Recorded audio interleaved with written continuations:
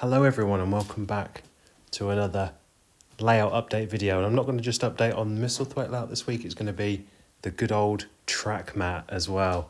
So as you can see, it's currently stored up against the wall and I need to get it off and get it hung up on this pulley system that I've got connected to the ceiling. So this is some old footage. This was the first ever video I posted on YouTube years ago in 2017 or 2018 I think. This is how the track mat looked then, and this is what got me back into the hobby. I made this when I was a young boy with my dad and my granddad, and rediscovered it, got it out of storage. It'd been in storage for like 20 years, and then I revamped it and made it into this. So this is what it used to look like before I put it into storage. And I'm about to get it out and clean it up and try and refurbish it a bit. So it's not going to quite look like this. It's probably going to have a few cobwebs on it. But we will see. Hopefully over the next month or so I'll get it looking back up to its former glory. Right, so I've had a bit of a clear out. I've managed to get the layout back on the pulley, and it's up on there fine. I'll get it down in a second, show it to you. A little bit of damage to the back seam there that's got bent, but I think I'll be able to, I can just fit a new one, or perhaps fit like a baton up there to straighten it back out again. But I'll just get this down and then I'll show you what it's looking like. Has a bit of damage to it, but nothing that we can't fix.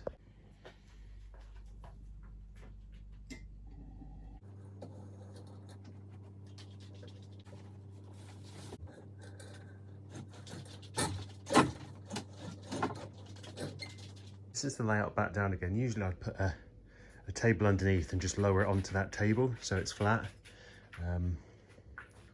But I'm not going to bother with all that today because I'm just going to give you a look at it. So I've kind of run out of time really. And I'm going to freshen it up and ramp it the next time I'm down, and get it all plugged in and get it running. So I haven't shown this on the channel, I think, since I posted like a single video about it years ago.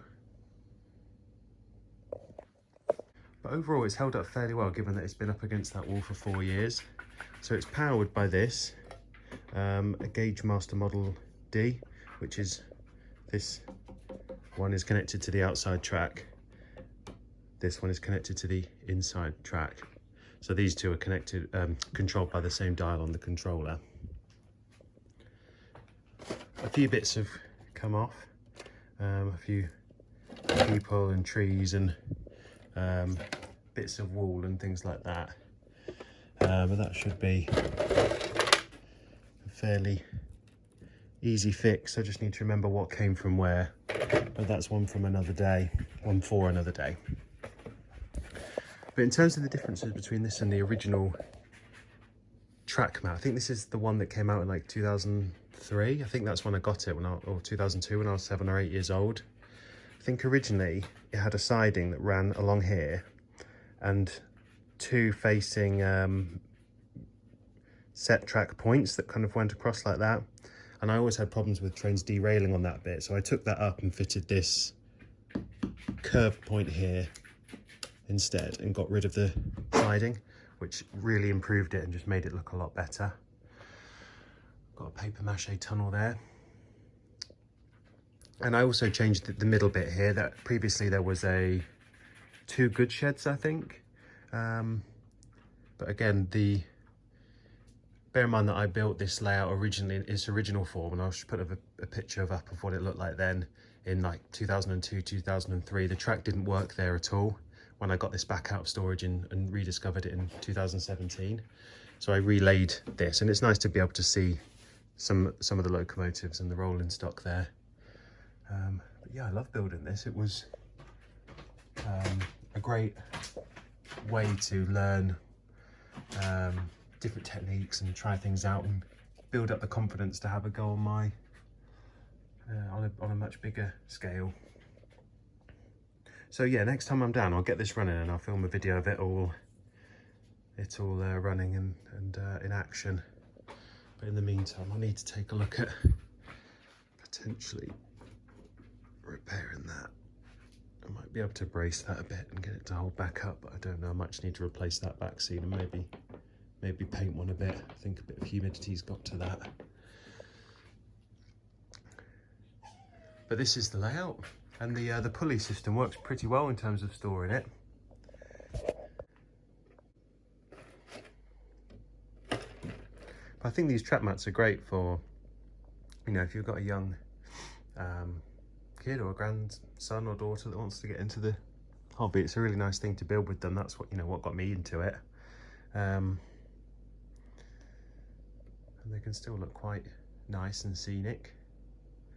And then with the pulley system up here, it's very easy to whip it up to the ceiling and store it out the way, which is very convenient.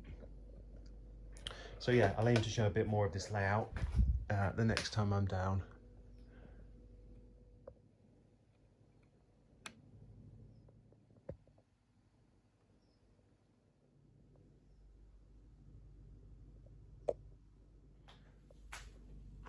Let's try getting it back up again.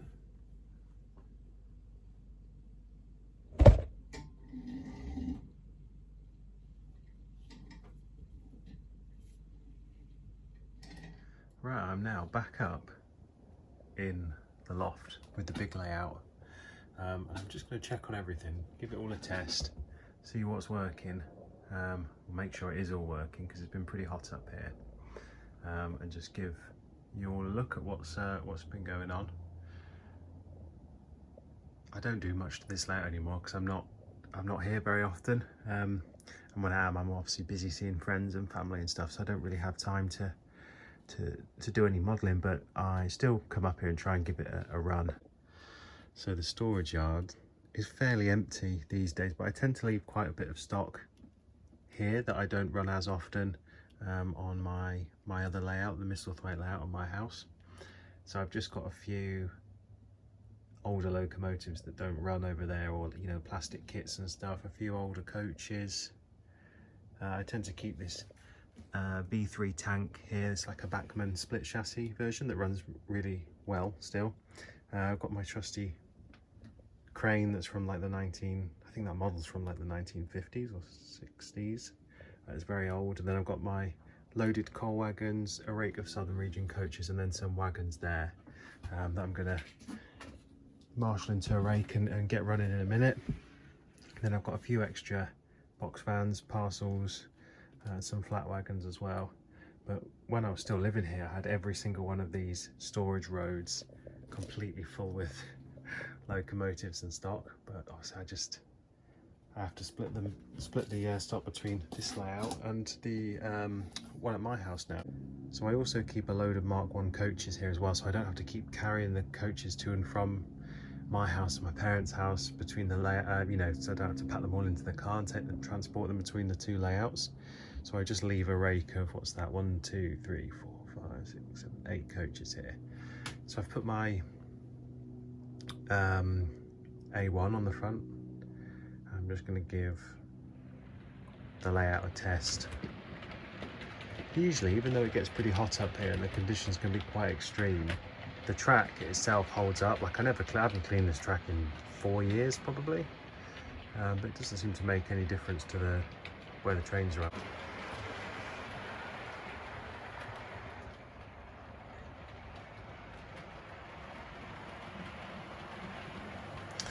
Right, so it's heading up the incline there.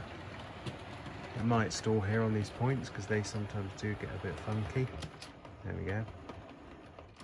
So I was just saying about cleaning the track. I think I probably could do with cleaning the track there.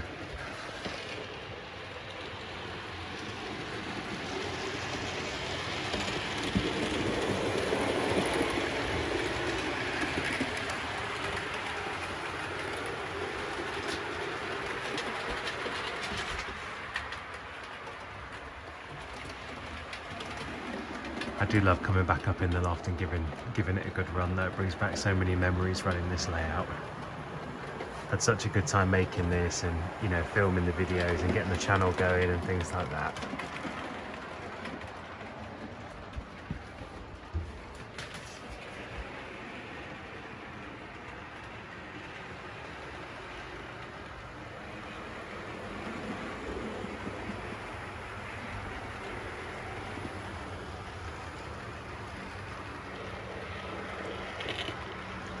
Oh, I just realised I left a coach behind in the station.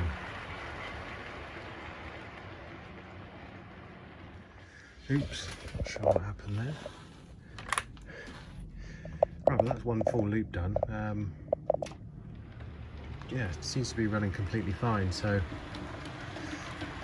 I'll give the layout a good run. I'll probably get the other engine I bought back running as well, the Austerity, get a load of wagons behind it. And then I think I'm just going to give this all a clean, a hoover, just a bit of general TLC. And then I should be able to film a nice running video with these two locomotives heading round. But yeah, still got all the flags up on the roof as I did before, just to give it a bit of colour up here.